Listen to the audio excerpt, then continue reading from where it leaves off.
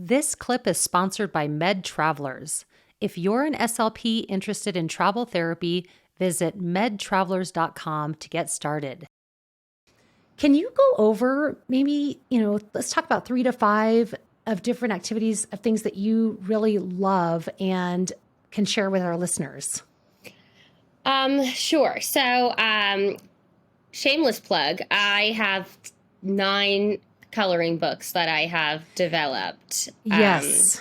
And I spent the majority of my career as a travel therapist. In the initial stages of my career, I did a tremendous amount of traveling. Um, so it wasn't easy for me to bring a bunch of toys all the time. And I ended up just using notebooks in the child's classroom where I would draw in these books, or I would just have paper and crayons, and that's all I would bring with me because, like I said, it was too much to carry. Um, so I used these pictures and I just found myself recreating these drawings over and over again. And I would post them on my Instagram and people would ask if I sold them. So I ended up scanning these drawings and selling them as coloring books. And that was my first key to figuring out what to do. So I always use these coloring books, and using crafts and coloring and speech has been very helpful to me. So I have speech sound pages and I have language pages and all sorts of just very simple drawings that kids think are very almost, they're like, did you draw this? Like, they're impressed by it, but they also, they think I drew it. So they don't think it's like that good. They don't think it's like a commercial piece of paper. But yeah, so that has always been my go-to. So shameless plug for color and speech. Those are my coloring books that I always use. In conjunction with that, like using these pages, the majority of my sessions for anybody who is like 4 and older look like me using pages from my books and a toy that has multiple pieces like a puzzle. So it's like, do a page, get a piece, do a page, get a piece. And that has just been my number one go-to speech therapy activity.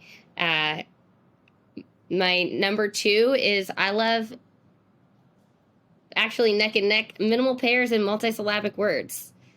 Those are like 2 of my favorite things to use within speech therapy. And if I have those with me, I can help a variety of people regardless of their presentation. Just like the coordination of producing these strings of words for multisyllabic words. And also the speech sound discrimination for minimal pairs helps with speech sound production and also literacy.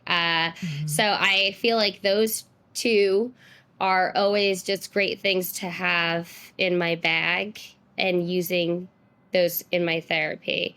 Another number 3 favorite is pictured actions, because that's when we can shift from the word to the sentence in a very functional way. A lot of times we might focus primarily on nouns, and all these kids, they come out of speech therapy, they're like, that's an apple, that's a tree, that's a plant, and they're labeling all these things, but they don't have as many verbs in their repertoire. So using that present progressive verb, they are dancing, he is walking, she is singing.